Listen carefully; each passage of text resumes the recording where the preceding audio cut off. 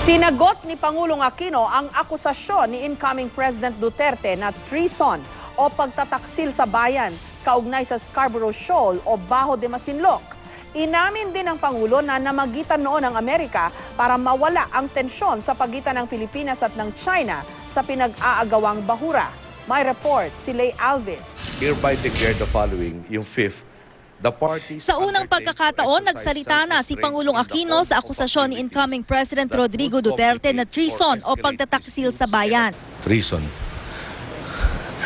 Yan I'd like to hear the specific charge para I can respond appropriately.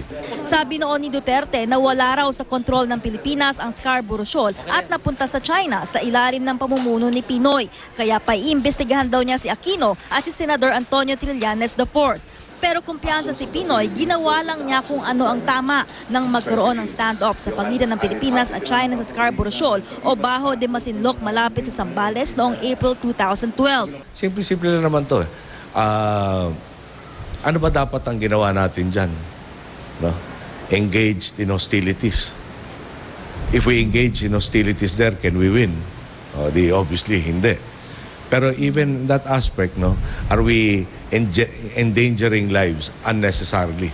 Inamin ni Pinoy, dumating na raw sa puntong namagitan ng Amerika para mawala ang tensyon sa Scarborough Shoal. Ayaw kasing umalis ng barkong pandigma ng China sa Scarborough Shoal matapos hulihin ng Philippine Navy ang mga Chinong mangingisda doon. Sa huli, nagkasundo ang Pilipinas at China na sabay tanggalin ang mga barkong pandigma nila sa Scarborough. Umalis noon ang barko ng Pilipinas pero ang mga barko ng China bumalik din.